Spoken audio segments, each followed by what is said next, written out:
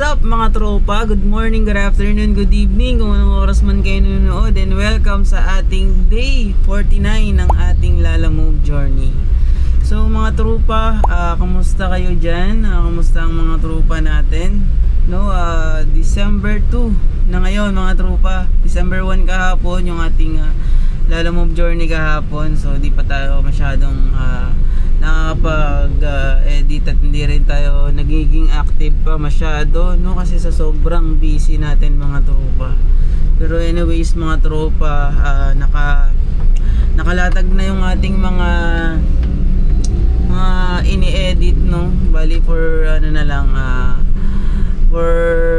checking ko na lang kung okay ba, kasi nalilito na ako mga tropa sa sobrang dami nating pending na na hindi pa na-upload, no. Pero shoutout sa mga tropa ko dyan na nagpapa-shoutout. Antayin nyo lang yung mga pangalan nyo. sorry na sobrang busy talaga ni tropa. And ayun, meron na tayong booking pala ngayon mga tropa, 300 kg. Dito lang din to sa Manila, no, around Manila lang. And mamaya try natin maghanap ng papuntang north, no, kasi bali yun yung nagiging ruta natin madalas, kasi tingin ko doon tayo mas kumikita, no, yung the double booking pa north, tapos double booking din pabalik, no. Yun yung mga magaganda nating kita mga tropa, yung mga ganong style, no. So iba't ibang klaseng pamamaraan at iba't ibang klaseng technique lang din naman para kumita, no. So kanya-kanyang diskarte. Basta kung saan tayo kikita mga tropa, no, yun, doon tayo.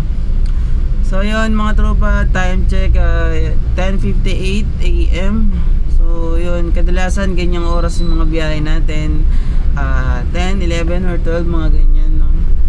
So bali heading na tayo sa ating booking number 1 mga tropa. Regular to. And update ko na lang kayo later, no, kapag nandun na tayo sa ating booking number 1 na pick up. Let's go! Alright mga tropa, we are here na sa booking number 1.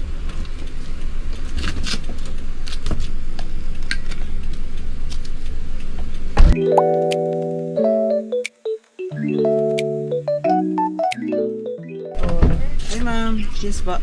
Ano yung dala mo? Lala mo po. Sir, inintay na lang kayo kanina pa. Ay sorry ma'am. Bali po, papunta na po ako dyan ma'am. Alis na po ako dito. Oo, sir, wala na kayong ibang dadaanan na. Wala po ma'am, kayo lang po yung yung item nyo lang po yung dala ko. Okay, Apo. 30 minutes ka pa pala. Bili ma'am, medyo bilisan ko na lang ma'am ng konti.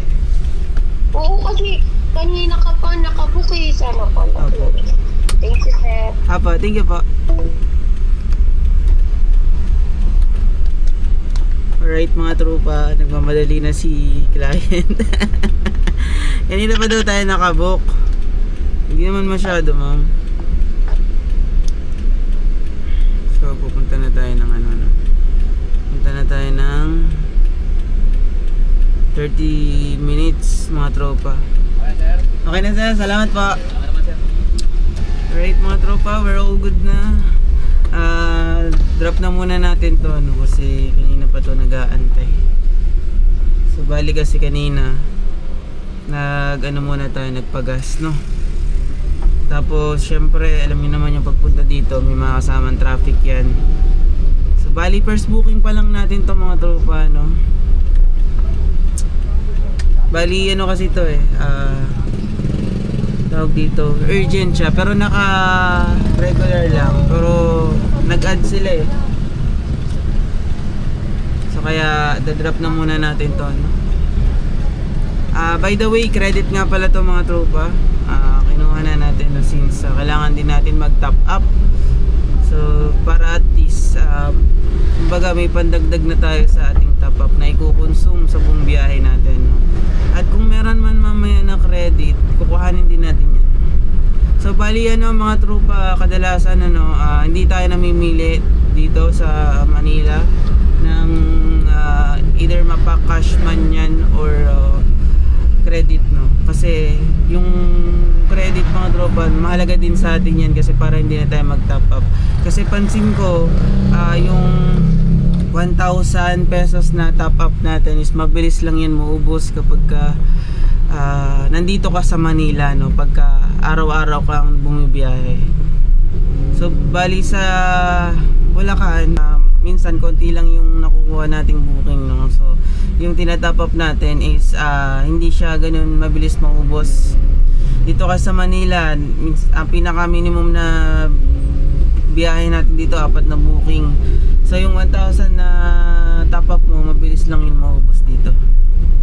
So ayan mga tropa, update ko na lang kayo later kapag nandun na tayo sa ating wrap up ng booking number 1. Time check, 11:11. Let's go.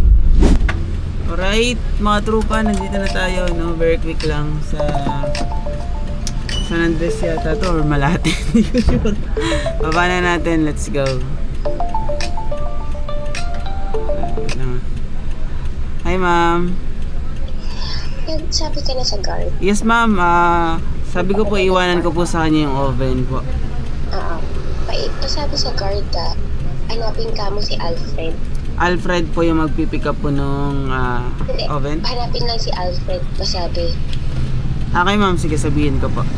Thank you. Kita nyo naman ako ma'am sa sa CCTV nyo, no? Ako yung naka-sard po na white. Kita sir. Alright ma'am. Thank you. Thank you.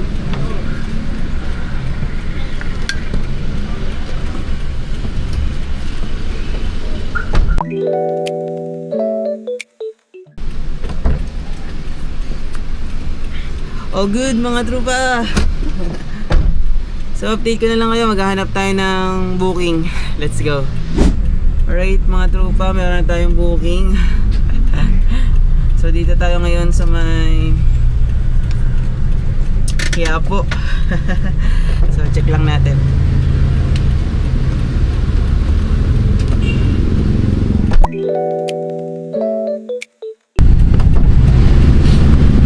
Alright mga trupa, mabilisan lang, no?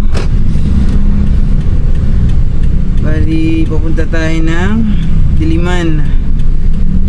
Diliman to mga trupa. From dito sa Quiapo, papuntang Diliman. No, bali 300 kg to regular, no? Time check 12:15 PM. So bali habang medyo hindi pa ganun kalala yung traffic, no? Bisa na nating makalabas dito sa Quiapo.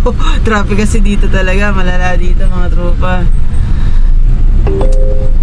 You're on the fastest route despite heavier than usual traffic. So You yun, should reach your destination by 12:50 p.m. Nakaka-enjoy naman In magbiyahe-biyahe mga 150 tropa, meters, no? turn left after McDonald's Santa Cruz Lalo Church na onto kung Plaza Santa galing ka Cruz na R9.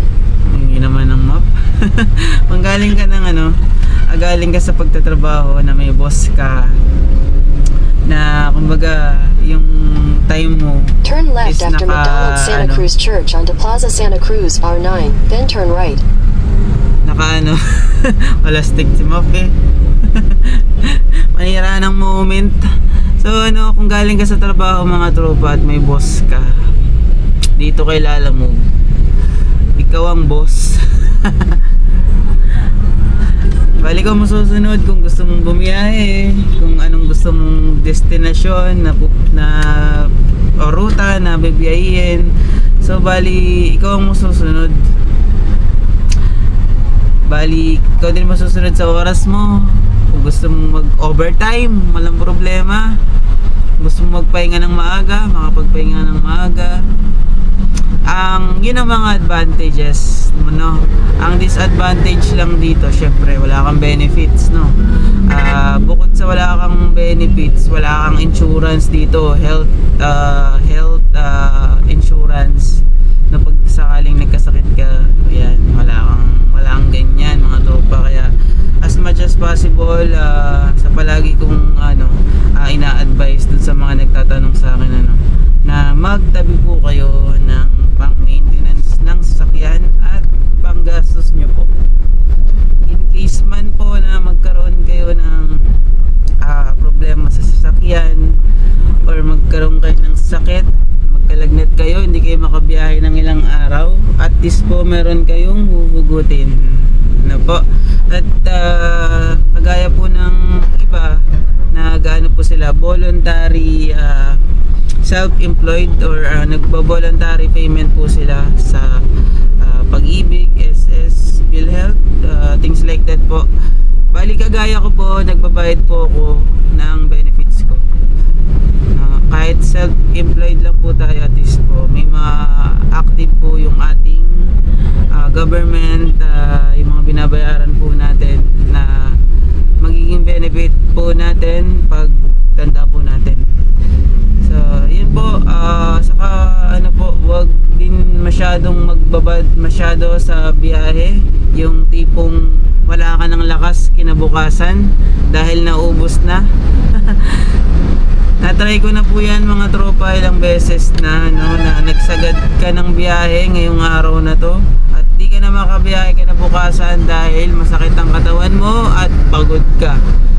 So ano lang po, kumbaga anuhin nyo lang, tawag kasi dito, bali i-balance nyo lang po kung ano lang po yung mga kaya. For example, bumiyahe kayo ng maaga, tapos uwi na po kayo ng mga bandang gusto nyo po 7 or 8. Huwag nyo na po masyadong sasagarin kasi baka mamaya kinabukasan di na naman kayo makabiyahe. Mas malaki po yung mawawala sa inyo, no? Compare po dun sa nag-balance biyahe ka lang ngayong araw na to at kinabukasan nakabiyahe ko ulit, mas maganda po yung kikitain at mahalagaan nyo po yung katawan nyo. So yun lang mga trupa, na-share ko lang naman sa inyo. So heading na tayo sa booking number 2 natin. So bali 29 minutes away na lang tayo doon, no, with 7.7 kilometers. Pero hindi masusunod yan dahil traffic dito, no. So update ko na lang kayo later. Let's go! Right mga tropa, we are here na sa booking number 2. Drop off dito sa may Diliman.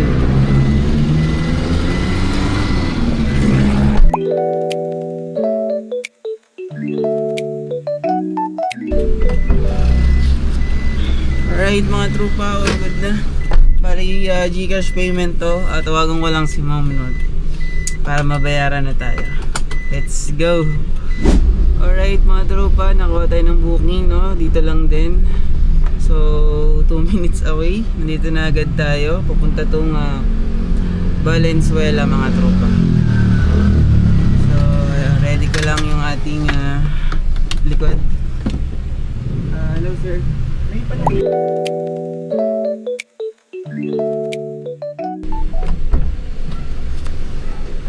All goods mga tropa. Right.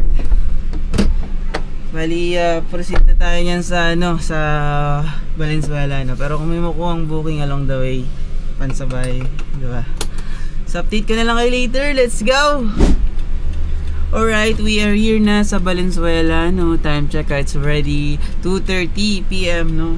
So bali baba lang natin, no, dito kasi may truck na nandun. So huwag na natin antayin, baka matagal yun eh. So dito na lang natin baba mga tropa.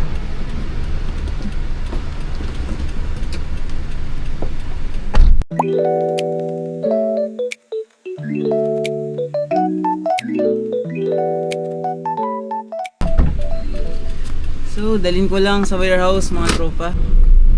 And ayun mga tropa, after natin mababa yung booking number 2, meron na tayo nakuhang booking, no, priority to, papuntang Pasay, no. Dito ang pick up sa Valenzuela, 15 minutes away lang with 2.2 kilometers away lang mga tropa. So time check ulit, 2:54. So yun mga tropa, heading na tayo doon. Nakausap na rin natin si client, no. Bali hindi ko alam kung anong item to, pero sabi niya mix item daw to, so halo-halo.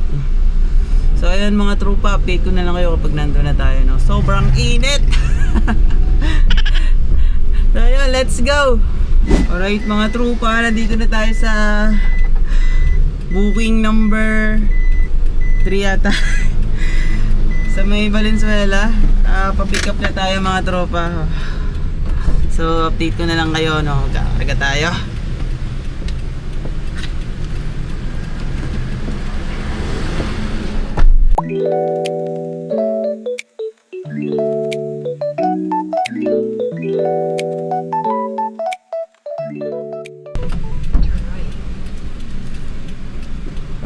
Alright mga trupa, nakarga na natin yung booking number 3. So may nakuha ulit tayo, booking number 4 naman to, no? Bali parehas, Valenzuela, Pasay, let's go. So ang difference lang ng dalawa, yung sa regular is sa priority. So itong nakuha natin na to is priority to mga trupa, and yung isa naman is regular lang.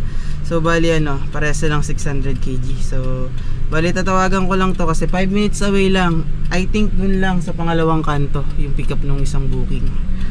So okay na okay to mga tropa. So tawagan ko lang mga tropa, tapos update ko na lang kayo later, no, kapag nandun na tayo. Let's go! Alright mga tropa, nandito na tayo sa booking number 4. So, bali dito na sila maglo-load na sila ng booking number 4 natin. So, all good na yata to. Patas pa konti. Boss, atras pa? Okay na yan? Okay na daw. Check natin mga trupa. Kasya kaya yan?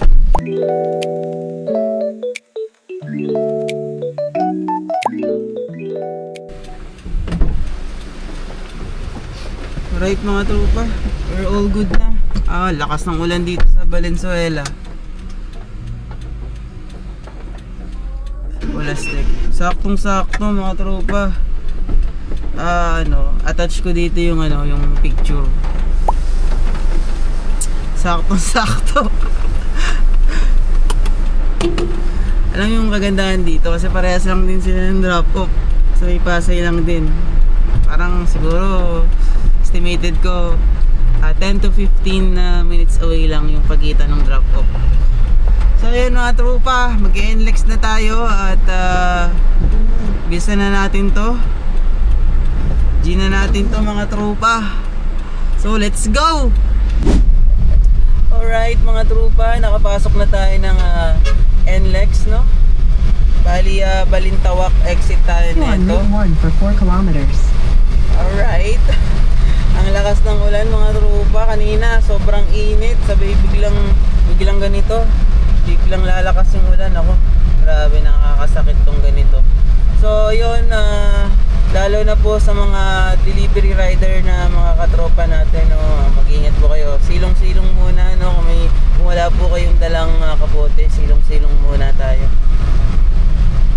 Ay nako, grabe, nakakasakit yung ganito, yung ang init tapos biglang uulan. So ayun, update ko na lang kayo later mga tropa. Medyo namumula-mula pa dito at pagkalagpas siguro natin dito sa may Valenzuela is medyo maluwag-luwag na siguro. So ayun, let's go. Yun na yun mga tropa, nandito na tayo sa kabaan ng NLEX pa Balintawak, no? Dito tayo exit. So ayun, sa mga nagtatanong po ng minivan builder na trusted, syempre ang marirecommend ko po sa inyo, yung nasubukan ko na, si Sir JR Matchan of JR Auto Concept. So sa mga nagtatanong po kung sino yung builder natin, siya po yung builder natin. At alam niyo naman po sa Lalamove journey natin mga trupa, subok na subok po natin ang minivan. Mapa heavy traffic, long ride, uphill, at babaran sa traffic mga trupa. So yun, marirecommend ko po sa inyo yung ating builder, no. So yun po, sa mga wala pa pong kakayahan na mag-cash po ng minivan, may na-offer po yung ating builder na 30 to 40k ang DP. Magkakaroon na po kayo ng minivan. Basta po kung employed po kayo or nagbi-business po kayo, ang requirements po dyan based po sa kanila is pagka working kayo, COE, payslip, and proof of billing.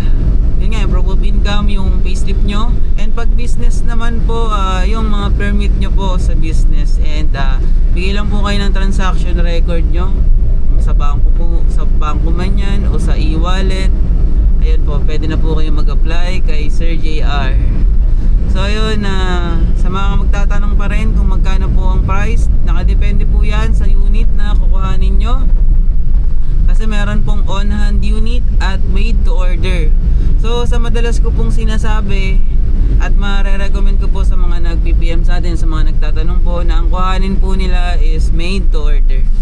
Bakit po made to order? Kasi hindi lang po dahil sa made to order yung kinuha natin sa kanya, no? Dahil po ang kagandahan po sa made to order is kayo po ang masusunod sa kulay, sa accessories, sa model po, at nakapangalan na po sa inyo ang unit. Compare po sa on-hand unit na medyo mas mataas po ang price. Syempre hindi po nakapangalan sa inyo, nakapangalan po sa ating builder yon, since on-hand unit po yon, naka-registered na po yon, at pwede nyo na po yung gamitin. So parehas pong may advantage and disadvantage, no? Ang advantage lang po sa on-hand unit is magagamit nyo na po siya once na ma-approve po kayo, no? Makuha nyo na po yung unit. Pagka on-hand unit naman, mag-aantay po tayo ng 5 to 6 weeks po. Pero usually 5 weeks po, kumbaga okay na yan. Kumbaga for final checking na lang yan. Kagaya po natin, 5 weeks lang po, tapos na yung unit natin, nakuha na rin natin. At nagamit na rin po natin. So yun, yun lang naman po yung advice ko sa inyo kung sakaling kukuha po kayo. Kung may time pa naman po kayo para mag-wait, go for made to order, no? Pero kung kailangan nyo na po yung sakyan at may paggagamitan na po kayo, and ayun, punta po kayo sa on-hand unit, no? So price difference po nun medyo kasi syempre mas mataas po yung on-hand unit. So ayun lang naman, proceed na po tayo sa ating booking number 3 and 4 sa May Pasay. So dito na tayo ngayon sa Balintawak. Time check, it's already 4 PM in the afternoon. So ayun mga trupa, salamat sa panunood. Let's go! Alright mga trupa, dito na tayo sa booking number 3. Number 3 ba or number 4? Sa Pasay.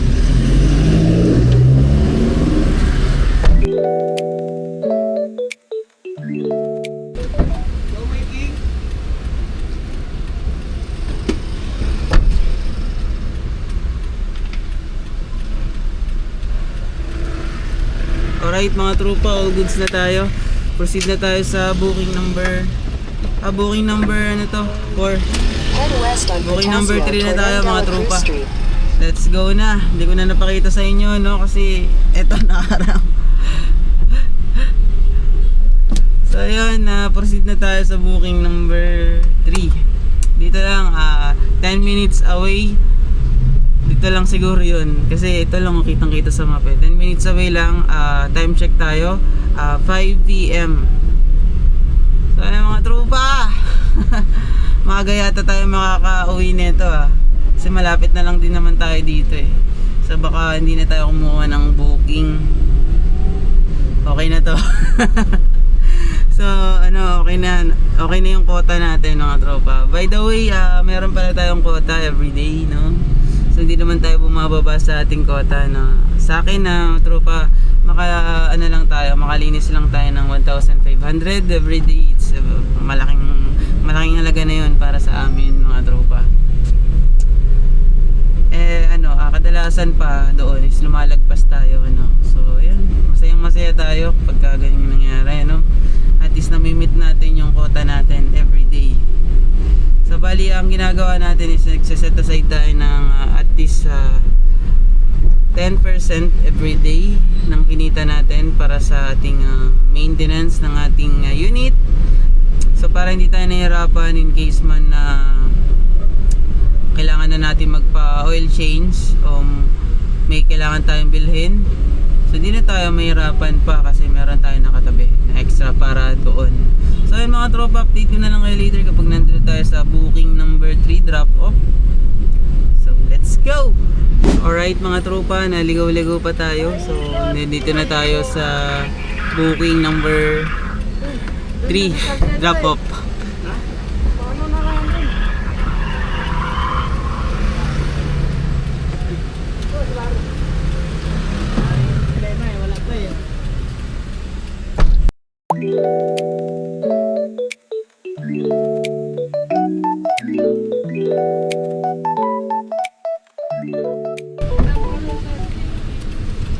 Alright, all goods na mga tropa. All goods na. So, na to, we're going back home na mga tropa. Maraming salamat sa pagsubaybay sa ating mga videos, no. ano ko na lang, pa-flash ko na lang dito kung magkano yung kinita natin for today, day 49 ng ating Lala Move journey. And maraming salamat mga trupa sa panunood at sa pagsuporta. Mag-iingat ang lahat and God bless us all. Let's go!